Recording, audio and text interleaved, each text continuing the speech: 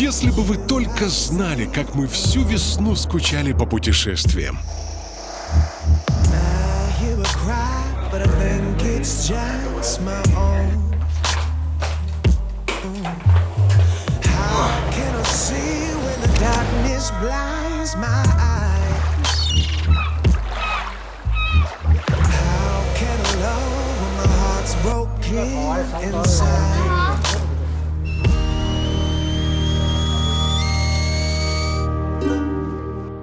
Алин! Смотри, что мне прислали. Наконец, наступило лето, и мы снова отправляемся за приключениями.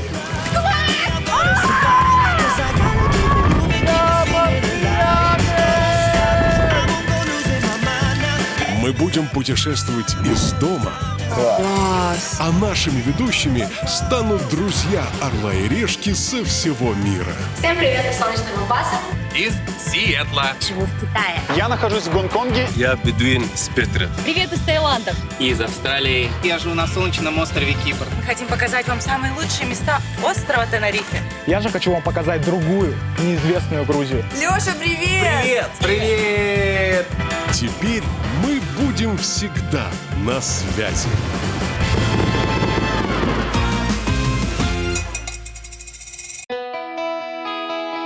Всем привет! Это Орел и Решка и, пожалуй, наш самый необычный сезон. Мы будем смотреть, как путешествуют наши друзья по всему миру. И немножко завидовать, потому что мы пока полететь никуда не можем. Ну, я уже так соскучилась. Подбрасывай монетку. А какой смысл? Золотая карта на карантине? Ну как же, Антон? Знаешь, что сейчас самое ценное в каждой семье мира? Пульт от телевизора. Орел? Решка. Давай.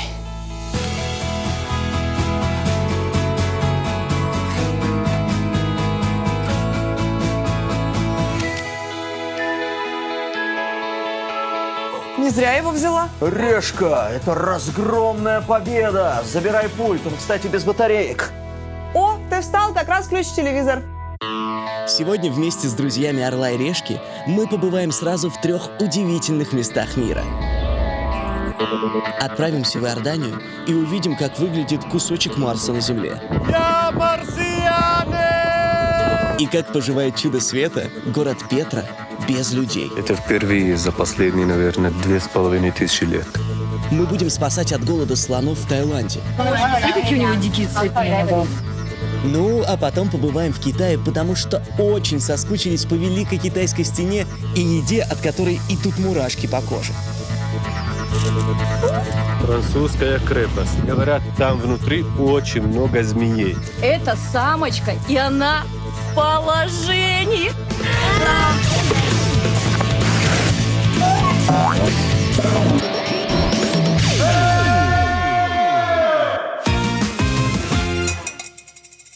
Ну давай, ты же владычица пульта, включай.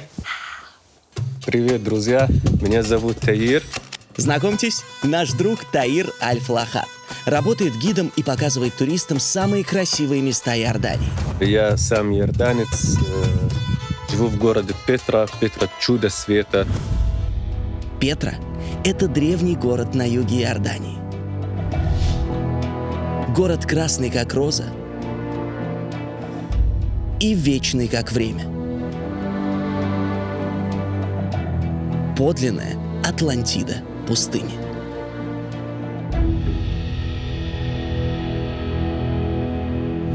Я родился, вырос в этом городе.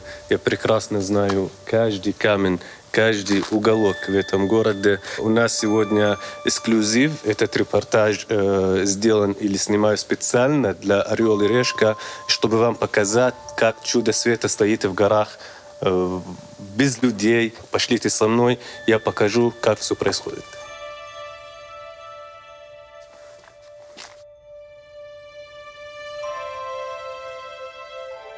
Друзья, так как никого нету, очень сильно в горах хочется кричать.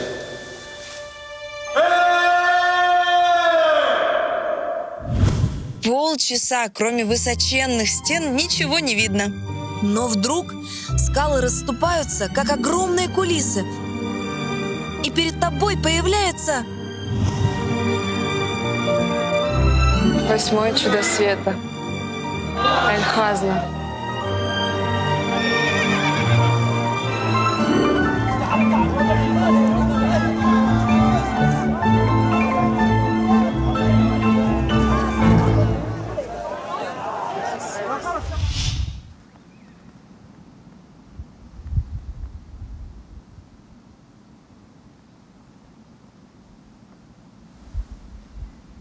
Тихо, никого нету.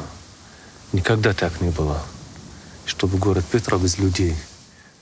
Знаете, здесь постоянно пахло благовониями, здесь постоянно пахло площадями, здесь постоянно пахло потом. Но сейчас, знаете, чем пахнет? Антисептиками. Чудо света без людей. Это впервые за последние, наверное, 2500 лет. О, собака. Привет. Что ты знаешь про вируса?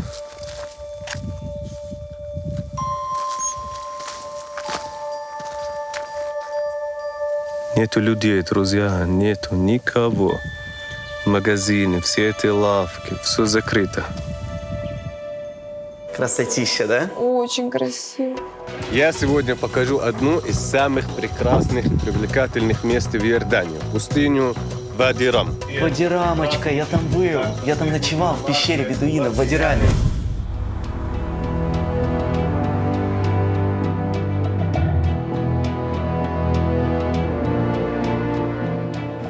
Вот она, пустыня Вади-Рам с высоты 1 километра.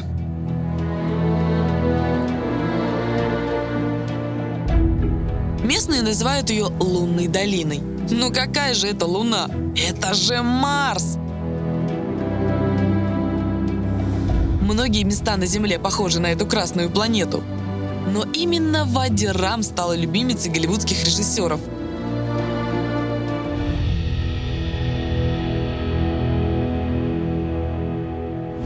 Покажу, где снимались голливудские прекрасные фильмы, как «Последние дни на Марсе», «Марсианин», «Аладдин», «Звездные войны», «Красная планета» и многие другие.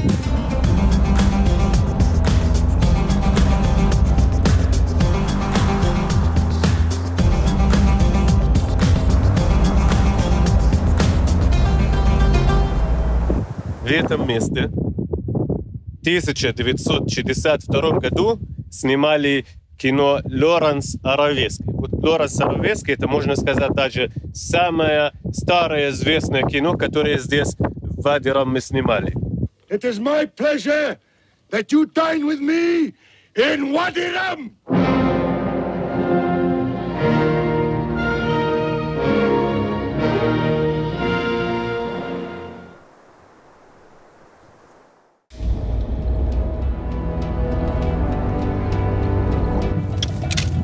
Мы сейчас с другом вам покажем, где снимали «Марсианин».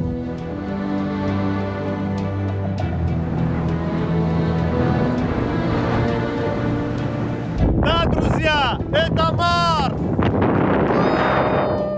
Я марсианин!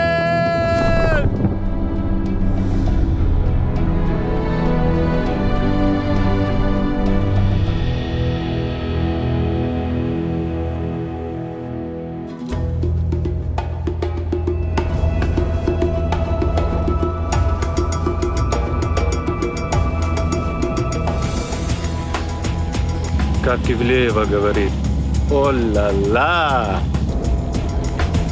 Это французская крепость, так называется. На самом деле в 90-х годах французы построили как декларации для снятия фильма. Что так сохранилось? В каком году снимали, а еще все стоит? Правда, не помню, как называется кино, но разрушенное место, знаете. Говорят, там внутри очень много змеей. У змеи просто там, не дай бог, бедуина змея укусит, нечего будет показать потом. Или никто ничего не покажет. Вот так. Эй! Куда я сейчас поеду? Знаете, куда? Куда? Куда? Правда. Хочу в гостиницу. Какую гостиницу? Мы сидим в заперти, у нас гостиница, у тебя есть возможность гулять. Неприятный человек ты, конечно, Говорит, я жарко, я поеду в гостиницу. Надоело. Гуляй там потом на диджейскую тусу. Уморился он. Потом у меня бассейн и пенная вечерина. Завидую свободе других людей.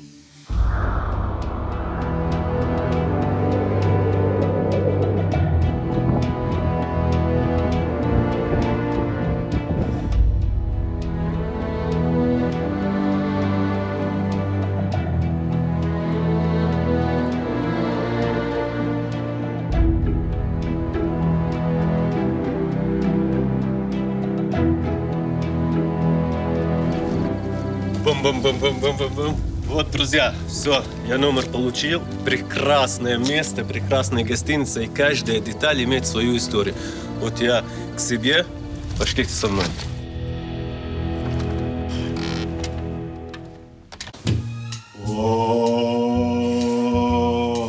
О-ла-ла! Класс! Смотрите, какой у меня номер. Обалдеть! Класс! Ну, по-восточному богато. Ага. Все шикарно. Восточный восторг этот стерео. Да? Знаешь, когда всего понемножку и золота много, чтобы красиво, чтобы девочке нравилось твоей.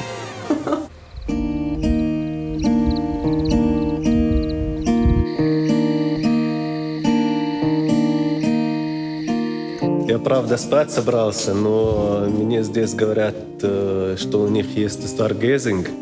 Здесь билеты продают. Сейчас куплю билет, посмотрим с вами на небо, звезды посмотрим. Очень круто, мне хочется, правда. Друзья, всего $22 стоит билет.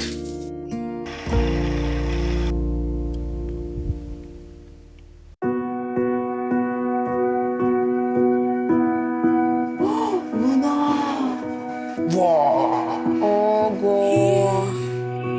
I can breathe. I can stand on my own 2 feet.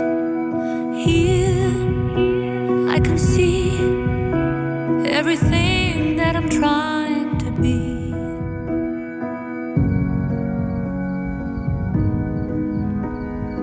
Все, я уже в номере. Правда, спать хочется. Вы знаете, что не хватает? Интернета. Хотелось бы маме звонить, знаете, сказать: мама, я больше не приеду домой. Я остаюсь в пустыне. Слушай, какой он крутой. Он же прям как ведущий «Орла и решки». Кстати, я хочу у него спросить про вот эту луну, что он показывал. Красиво. Очень красиво. Давай звонить. Давай. Звоним Таиру. Бегом за ноутбуком? Давай.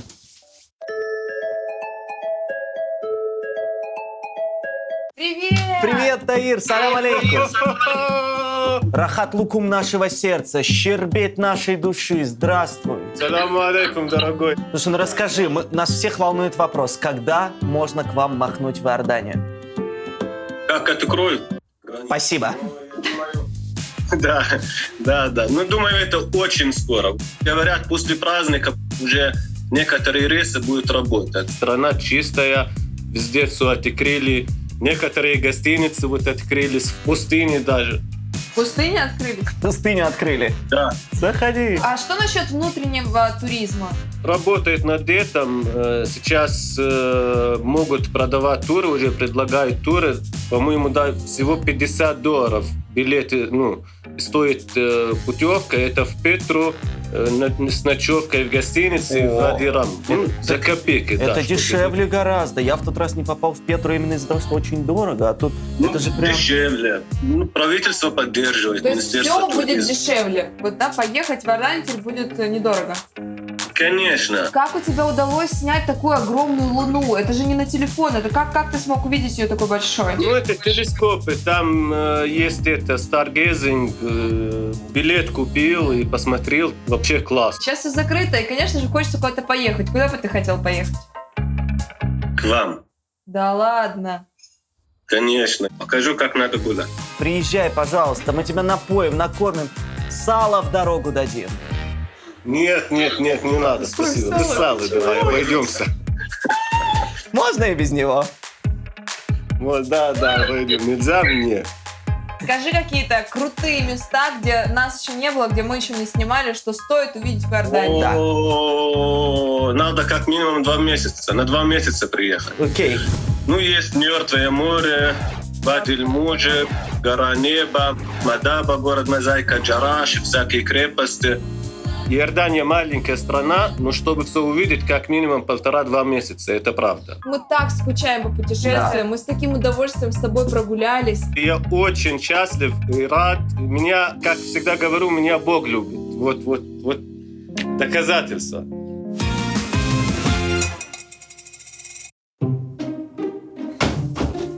Ну вот и погуляла. Ты все? Но, судя по прогнозам, путешествовать за границу мы будем еще очень и очень не скоро. Да прям. Что ты приуныл? А вот на Фарерах знаешь, что придумали? Чего? Короче, Не там... путешествовать? Нет, наоборот.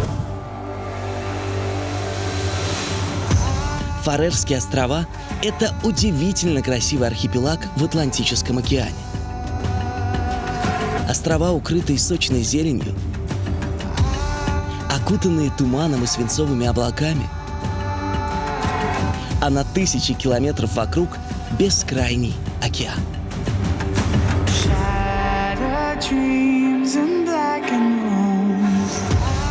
Фарерцы придумали одну штуку, чтобы туристы могли и дальше любоваться всей этой красотой, не выходя из дома.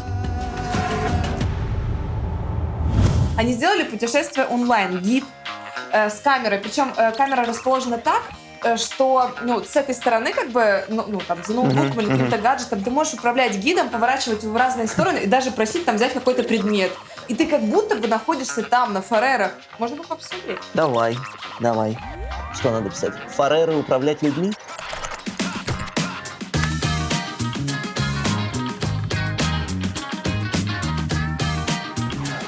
GoPro на каске. Это же круто.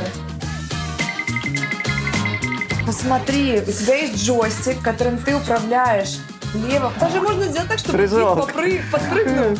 Ну это же прокачанный Марио. Ну да, кстати.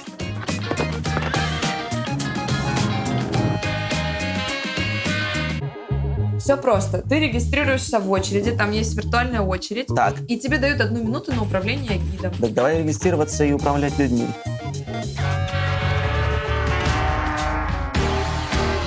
Нет. Нет. Следующий тур через 1 день, 1 час, 51 минуту и 23, 22, 21 секунду. Ну, с другой стороны, спешить некуда. Ну, тоже денек подождем. Антон! Я соскучилась по морю. По шуму, по звуку моря. Мне хочется звук, вот этот бриз. Смотри, а на улице дождь, погляди в лужи. Поэтому я вообще не вижу смысла откладывать еще дальше сюжет с Таиландом. Это одна из моих любимых стран. Давай посмотрим, чего там Настя.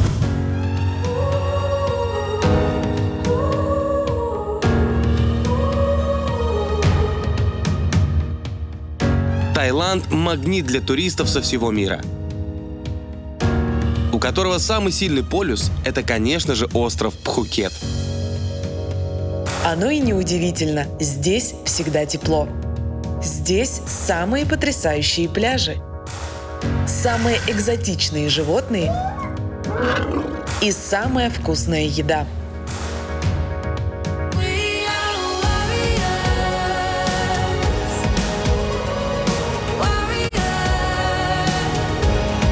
Как красиво, не могу, как красиво. О, май гад. Привет, меня зовут Настя Гавриленко. Знакомьтесь, Настя – исследовательница Пхукета. Живет в Таиланде уже полгода. Сегодня Таиланд понемногу возвращается к своей привычной жизни. Однако туристов, за счет которых выживают острова, здесь по-прежнему нет. Поэтому каждый старается помочь друг другу как может. Например, на Пхукете бесплатно раздают воду и еду, за которой выстраиваются гигантские очереди.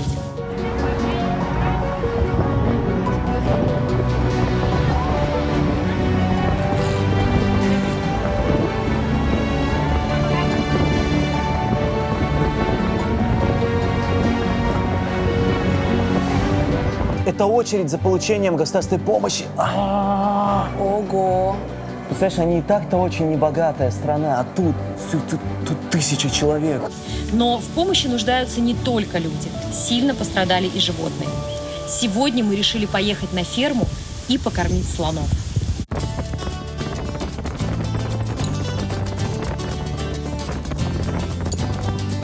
В общественных местах без масок пока перемещаться нельзя. Мы приехали сюда для того, чтобы купить еду животным.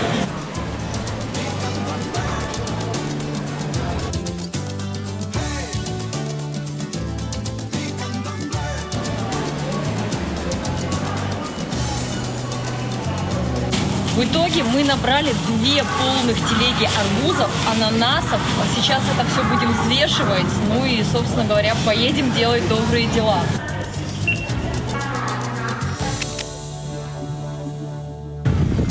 Итак, в итоге мы купили около 180 килограмм арбузов и ананасов. Загрузили все это в 2 автомобиля. И едем на слоновью ферму, слоновий парк по дороге к Бигбуди.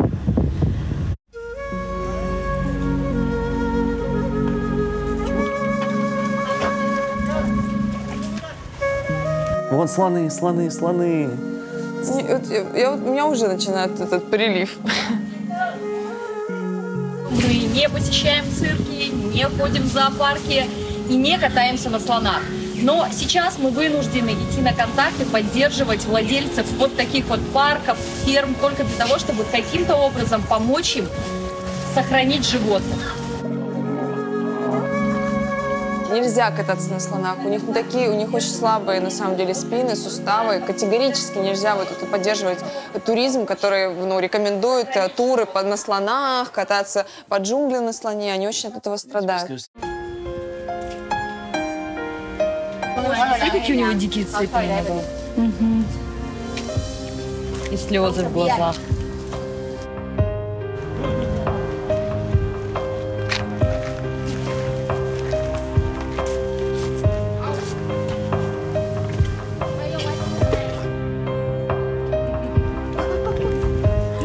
Самый обаятельный пылесос. Обратите внимание на вот эту слониху. Это самочка, и она в положении. Она ждет маленького. Бимбо! Смотрите, какое у нее огромное пузо. Офигеть, там маленький слоненок.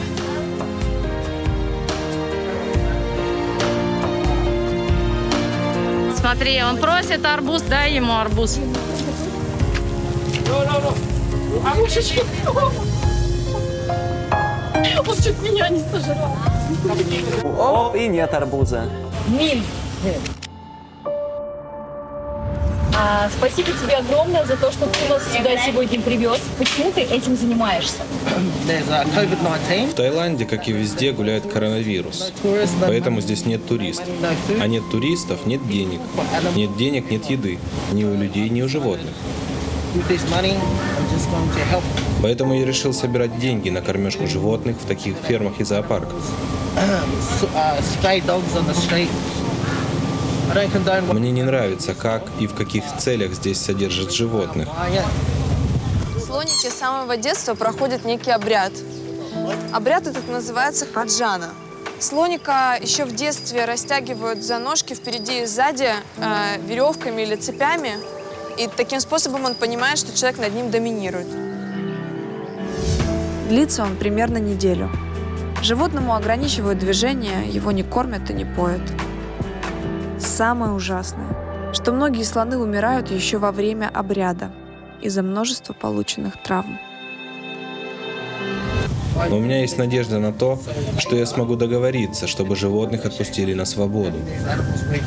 И ты понимаешь, что те животные, которые были воспитаны уже в неволе, они не приспособлены вообще к дикой природе. Даже если их отпустить, они не смогут добыть себе еды. Да. В Таиланде ситуация с животными очень сложная. Но нашу инициативу многие поддерживают. И волонтеры, и знаменитости, и все, кому не безразлична судьба животных. Удачи тебе в твоем классном, полезном деле. Глянь, он там тянется, у него нога на цепи.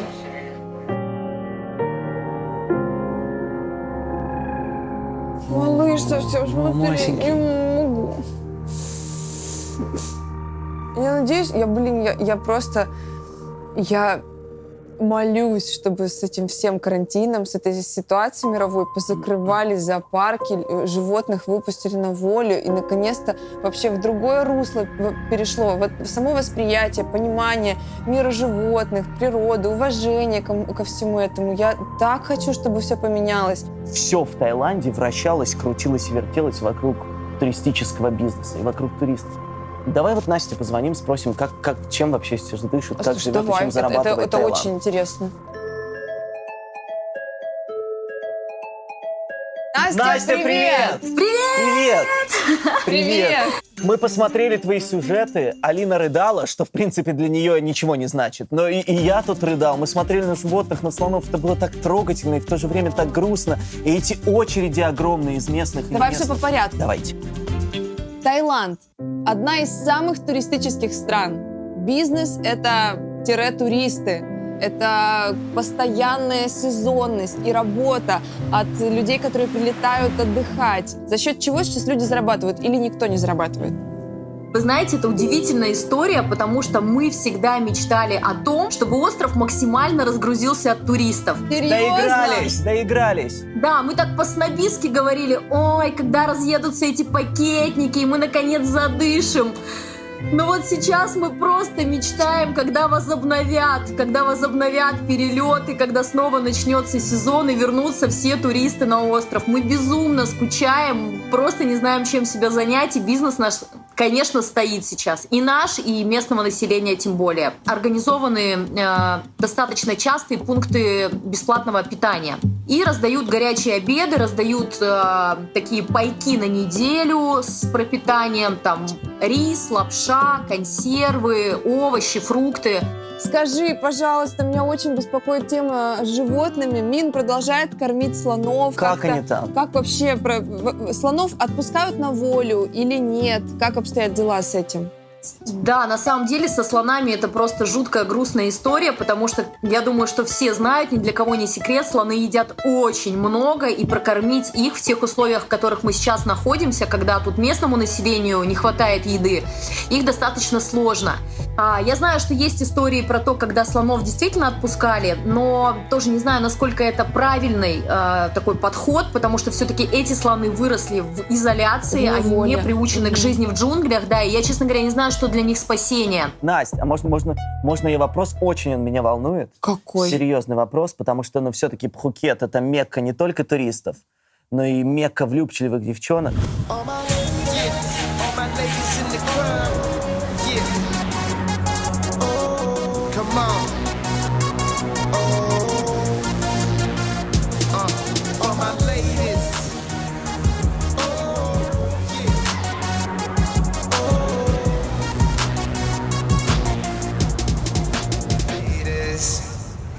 Что произошло с массажными салонами? Что со злачными местами? Спрашивает мой друг.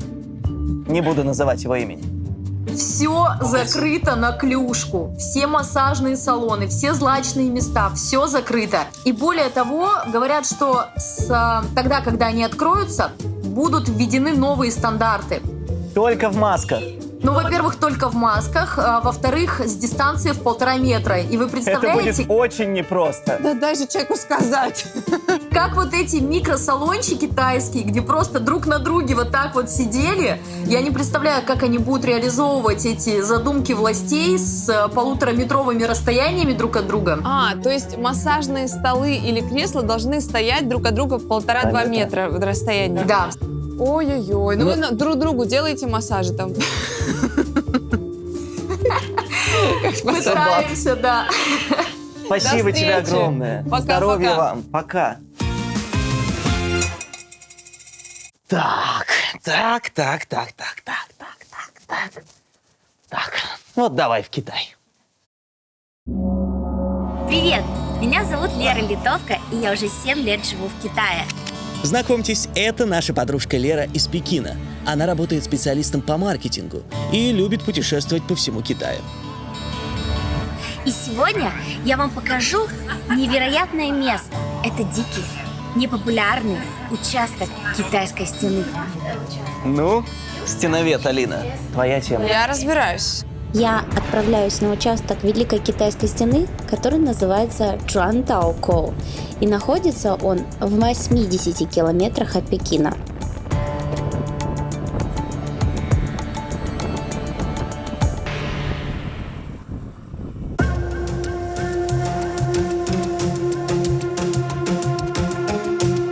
Великая Китайская стена.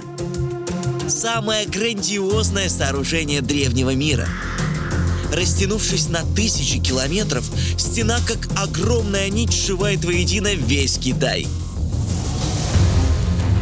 Стена была главным оборонительным сооружением. Китайцы строили ее по самым высоким верхушкам гор, чтобы можно было издалека заметить врага и предупредить армию.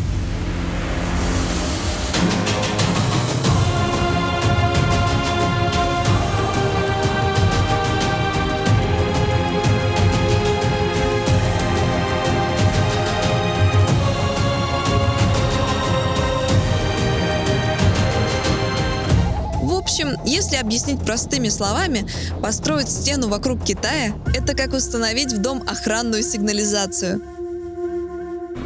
1,5 часа, и я наконец-то приехала в город Джоутухэ. Кстати, здесь находится участок китайской стены, который называется Чжуантаокоу. Вход сюда бесплатный. Подъем, конечно, немножко тяжелый, но самое главное — это вид, который можно сейчас увидеть. Вау, это прям бомба! Вот она такая красота. Это участок китайской стены, который не очень популярен. То маленький, видите, он разрушен. Не вантаджаху. Ой, вот это вообще красота. Говорят, что туда идти небезопасно, но мы, как настоящие экстремалы, пойдем. Слабоумие и отвага. Это наш стиль. Конечно, тропа немножко, скажем так, неровная, но я постараюсь сделать это безопасно для своей жизни. Не повторяйте моих подвигов, и когда вы пойдете на Китайскую гору, на Китайскую стену, то обязательно сначала идите, а потом снимайте. Немножко будем придерживаться руками. Здесь уже прям очень тяжело подниматься. Тут я уже себе помогаю руками. И еще опорные точки, потому что можно соскользнуть. Мы наконец-то добрались до верхушки. Посмотрим, что здесь.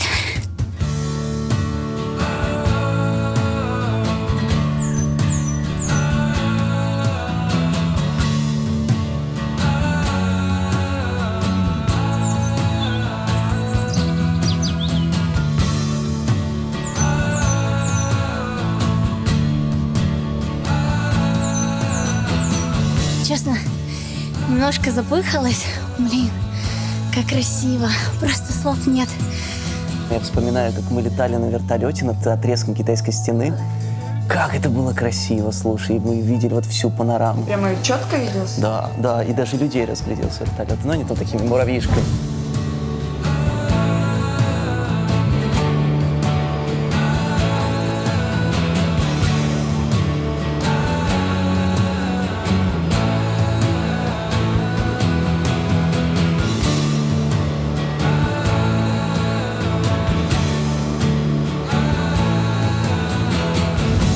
Цены такие места, где еще мало туристов, где не так популярно.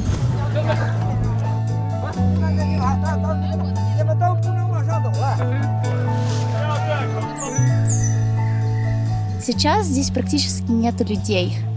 И даже когда нету карантина, здесь тоже очень мало людей. В основном все идут на все популярные участки китайских стен. Вот, поэтому, если у вас будет возможность, обязательно сюда загляните, вам понравится, и вы увидите настоящую китайскую стену. Такая, какая она есть.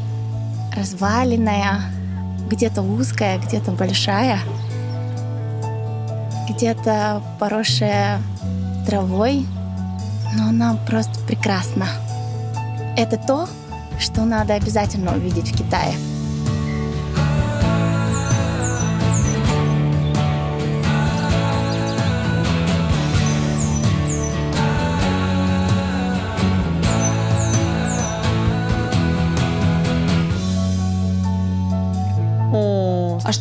за окном, может, тоже можно куда-то сходить? У нас там тоже вон стена невеликая. Но может быть построенная китайцами, поэтому будем смотреть туда и вспоминать путешествия. Каждый раз, когда я смотрю передачу «Орел и решка», а особенно про Пекин, все ведущие едят какую-нибудь жесть. Это правда. Утиные кишочки. Ой, как это противно. Пахнет, кстати, балыком каким-то. Рыба? Вязкое суфле, которое через секунду тает у тебя во рту. Клюв. Добродушное лицо. Маленький свесившийся на бок язык. Но другое дело. Хочется есть.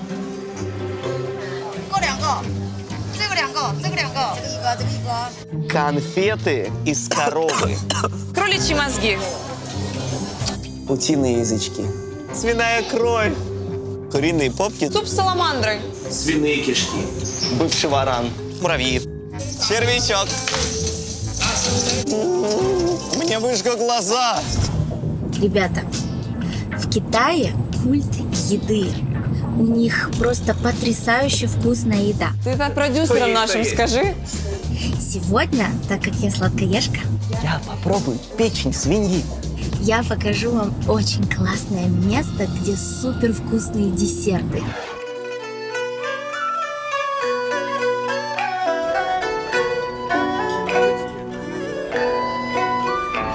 Она в ресторане. Она в ресторане. Она с людьми. Она не... Я забыла вообще, когда для меня кто-то готовил еду. Я забыл, когда я ходил в ресторан. Кстати, каждый раз, когда ты приходишь в ресторан, ты показываешь свой код, зеленую карточку. Есть специальное приложение, которое ты сканируешь, у тебя на телефоне автоматически выходит код. И ты получаешь зеленую карту, это значит, ты можешь в любое место проходить. Или же красную. Но красную, это значит, что ты должен отсидеть на карантине. Вот. И когда ты при входе в любой ресторан, ты сейчас показываешь эту карту, и потом ты можешь спокойно заходить в ресторан. И в ресторанах уже сидишь без маски, без всяких проблем.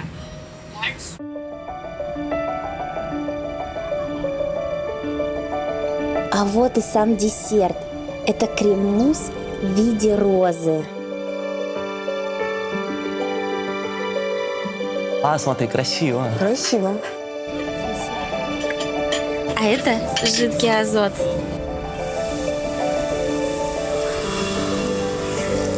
Этого момента я ждала с нетерпением. Я очень долго ждала его.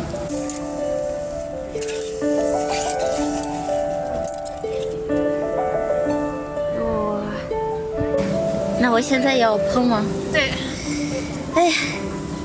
Сделаем это очень красиво.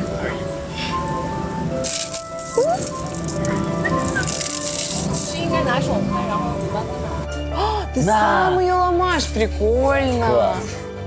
О, это такая прелесть, это так красиво. Смотри, это первая еда, которая в Китае выглядит красиво. Блин, ну что, попробуем, да?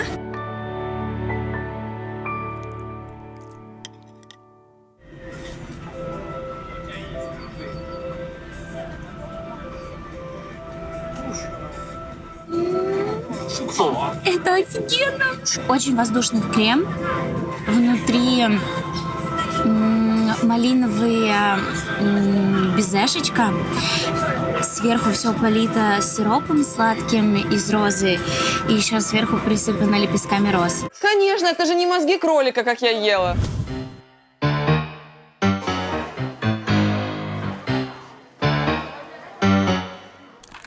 Мало кто знает, просто это было за кадром.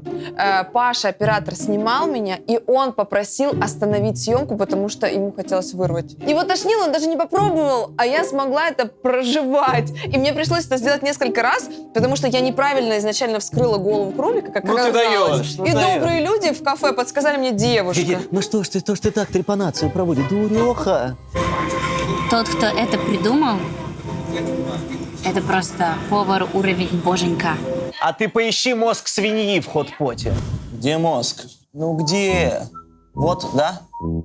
Опа. Ну давай. Потом будут писать люди, Антон мозг ищет. роза сама по себе слегка хрустящая в каких-то моментах, но после того, как ты ее буквально 2 секунды подержал во рту, она сразу начинает таять. Поэтому можно сказать, что у вас розовое наслаждение во рту. Нам никогда такое не дадут попробовать. Нам все время какую-то вонючую жесть на тарелке предлагают. Нет, там будет то же самое, только внутри еще будет рвота таракана. Вот. Орел и решка. Вот что надо есть, а не всякие там головы. На самом деле у нас-то с тобой Китай ассоциируется с этой грязной, непонятной едой, которую каждый раз мы задаем вопрос, как они это едят, почему они это едят. Пахнет плохо, все А какое-то... вот Лера показала другой мир. Значит, вывод, в следующий раз надо путешествовать и делать свое гастрономическое путешествие с Лерой. Ты думаешь, нам дадут что-то попробовать другое? Надо просто хотя бы наслаждаться тем, что Лера ест. Давай я сейчас позвоним и спросим Давай, вообще, может, она как дела. что-то ест вкусное. Доставай нового.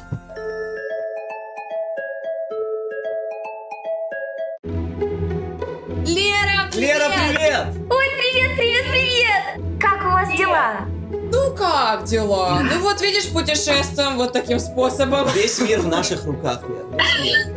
Пока так. Как у тебя дела? Расскажи, как там Китай вообще, как вы там?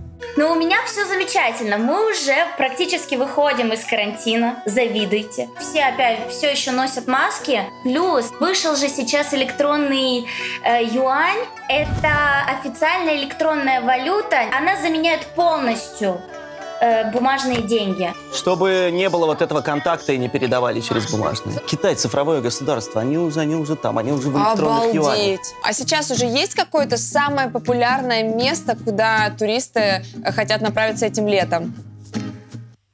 За границу. Тогда эта песня от нас с Алиной для них.